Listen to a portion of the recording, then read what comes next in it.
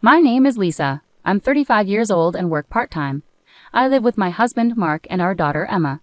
Mark works in an office and Emma is in first grade. We bought an old house and still owe money on the mortgage. When Emma started school, I began working part-time to help pay off our mortgage. Mark is the older child in his family, but his younger sister, Nancy, got married before us and moved into their parents' house to take care of their father. Initially, it seemed like Mark's father was open to anyone inheriting the house, but Nancy, who married first, pushed Mark out, saying, "I'm looking after Dad, so the house should be mine."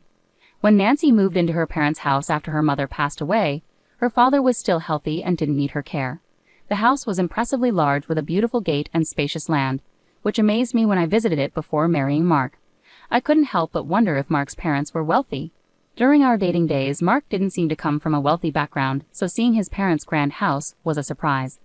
Mark explained that his grandfather had been wealthy, but financial difficulties arose during his father's time.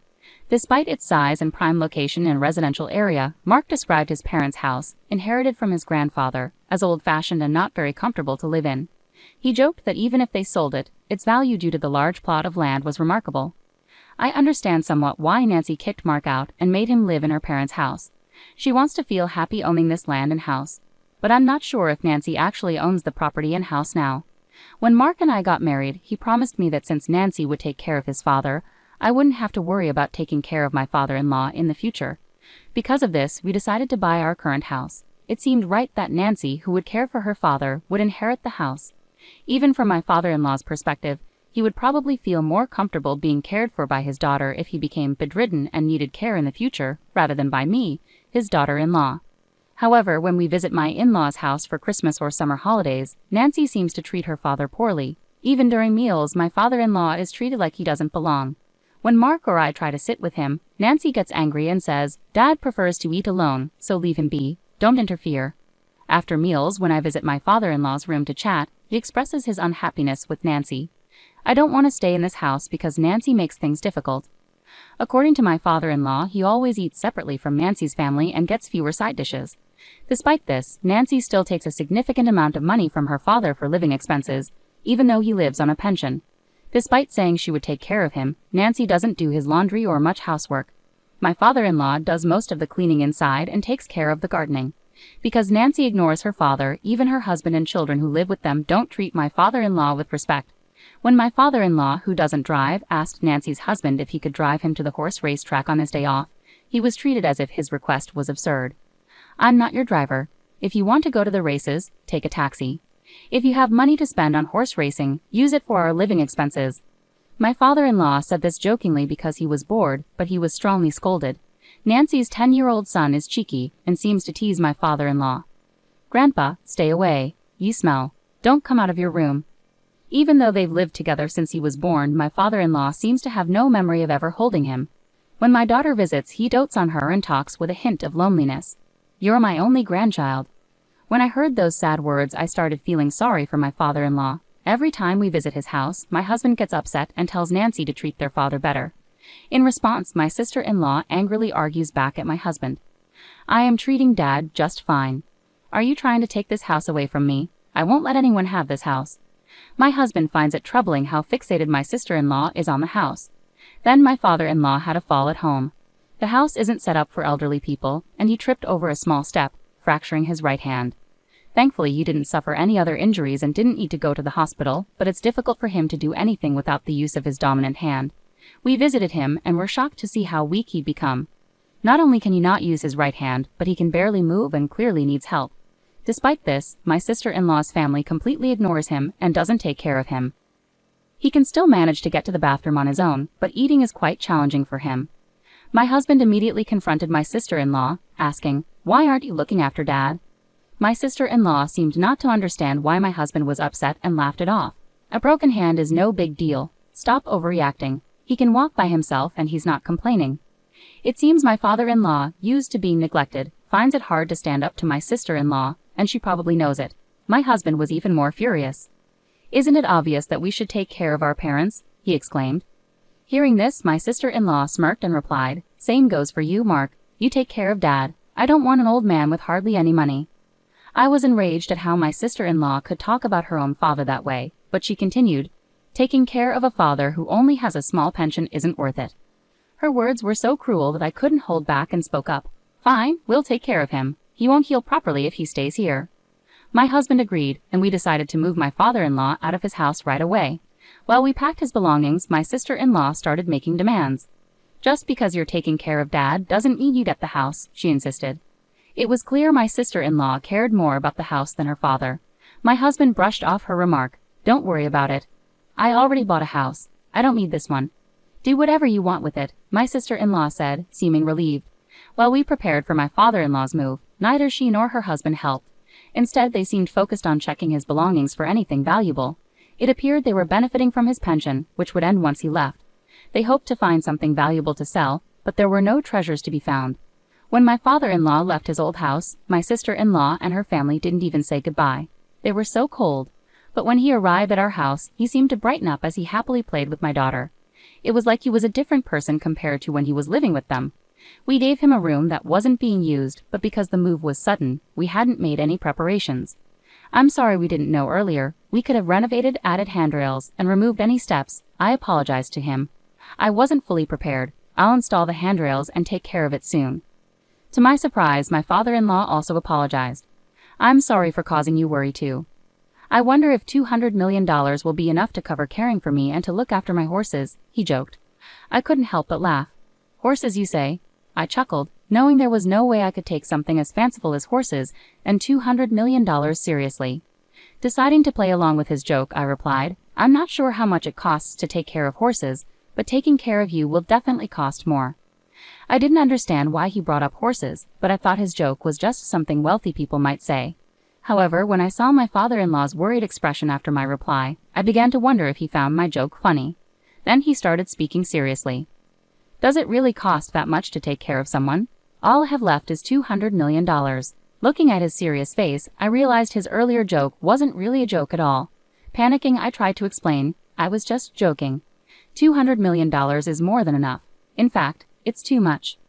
I immediately went to my husband to ask about the horse business and the $200 million. My husband seemed just as puzzled, but then he remembered something about his grandfather being a landowner. Remember how I told you my granddad was quite wealthy? Maybe Dad owned horses, my husband speculated.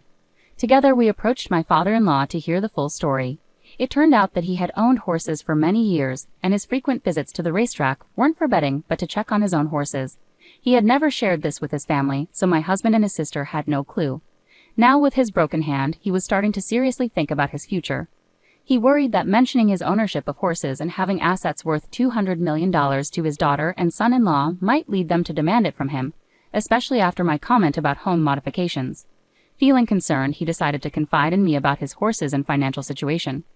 Understanding his apprehension, my husband reassuringly said, I'm not sure how much it costs to care for horses, but with $200 million, you should be fine. We'll handle your care expenses, so don't worry about it. My husband's confident assurance put me at ease. After confirming with the person who had always looked after his horses that everything was in order, we settled the issue about the horses. Knowing now that my father-in-law was quite wealthy, I started to see him in a new light. I thought that once his daughter realized he had significant assets, she would regret kicking him out. Imagining her regret brought me some satisfaction. Since my father-in-law moved in with us, our lives had changed. Balancing my part-time job with caring for him was challenging, but my husband and I managed together. Having my father-in-law at home brought new joy to my daughter, who found a new conversation partner in him. He seemed happier too. His walking had improved since moving in, and even before we finished the home modifications, he could walk slowly with a cane. Though his broken hand was still healing, he was practicing eating with his left hand. Back at his old home, his nephew would complain whenever he left his room, so he didn't move around much. When he tried to go to the racetrack, his son-in-law seemed annoyed. This lack of activity might have contributed to his muscle weakness and fall. On sunny days, he could now take walks with my daughter's help. I had been so focused on his recovery that I hadn't thought much about my sister-in-law. However, 3 months after my father-in-law moved in with us, she called in a panic. Is Dad there? Get him on the phone right away. At that moment, my father-in-law was out for a walk with my husband and daughter. When I told my sister-in-law this, she became even angrier. You knew, didn't you? You knew that house was rented. That's why you took Dad to cause problems for us. I was confused by her accusation.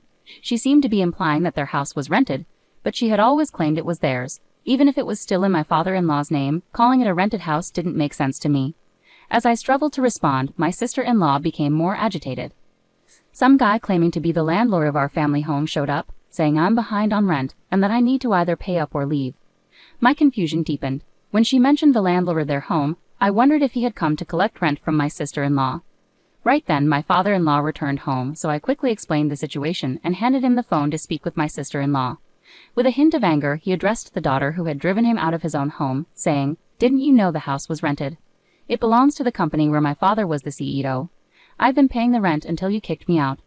My father-in-law sounded distant and angered, and my sister-in-law, sensing his frustration, shouted back over the phone, "I never heard about this.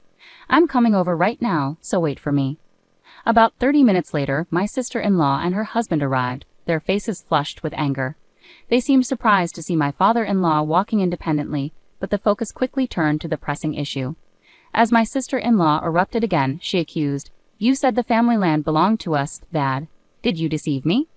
Smirking slightly, my father-in-law responded, "I didn't deceive you. I just didn't tell you because of how you've been treating me." My sister-in-law was left speechless by his comment, and her husband intervened, saying, "Setting that aside, can you please pay the rent? If not, we'll be evicted from the house." My father-in-law chuckled dismissively. "Why would I pay rent for a house where I no longer live? After you kicked me out, isn't that a bit unreasonable to ask?" Unable to counter his logical response, my brother-in-law fell silent. Then my sister-in-law spoke up. "Dad, were you planning to make life difficult for us all along?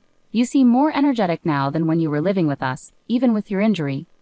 Stepping in to clarify, I said that's because he's been doing daily rehab exercises, practicing walking, and working on using his injured hand. My father-in-law nodded in agreement. "Being kicked out by you was actually a blessing. Since moving in with Mark, we eat together as a family, and I feel valued." My sister-in-law and her husband were left speechless. Just then, my daughter innocently revealed my father-in-law's true situation. "Grandpa, your horse is racing in the next horse race, right?" My father-in-law grinned and replied to my daughter, "It's racing this Sunday. How about we go watch it together?" Excited, my daughter ran off, but my sister-in-law and her husband quickly caught on and asked him, "Dad, do you really own a horse? Are you a horse owner?" With a self-satisfied look, my father-in-law answered, "I didn't say anything because I knew if I mentioned money, you'd try to take it. And talking about horse racing always annoyed your husband." Suddenly, my father-in-law's demeanor turned serious. His stern expression sent a chill through me. As he spoke slowly, the tension in the room grew even thicker. "I no longer consider someone like you, who disrespects your own father, as my daughter. I knew you moved in with me hoping for inheritance." Caught off guard by my father-in-law's stern tone, my sister-in-law looked visibly stunned. His final words, "You won't get a single cent of my inheritance," seemed to deliver the final blow. Hearing this, my sister-in-law appeared shocked and staggered. Her husband, who had been supporting her, also seemed defeated. They both slumped their shoulders and quietly left. The rent for my father-in-law's house turned out to be a substantial amount, far beyond what my sister-in-law and her husband could afford. They had no choice but to move out. Neither my husband nor I knew that the house was rented until this incident, and my husband later confirmed it with his father. After leaving, my sister-in-law, who had been careless with money when rent wasn't a concern, suddenly faced financial hardship. Their spending habits proved hard to change, and they relied heavily on credit cards, leading to mounting debt.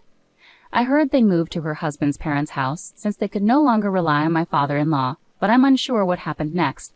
Since we started living with my father-in-law, things have been incredibly smooth. Despite his initial injury, his hand healed well, and he regained strength in his legs and hips to the point where he can now manage everything independently. He's become so energetic that he even goes jogging with my daughter. He's truly transformed since we first moved in. Following that incident, my father-in-law has been having serious discussions with my husband about various matters, including planning for the future and even drafting a will. I'm not sure what's in the will, but I suspect he's made arrangements so that his daughter won't inherit anything.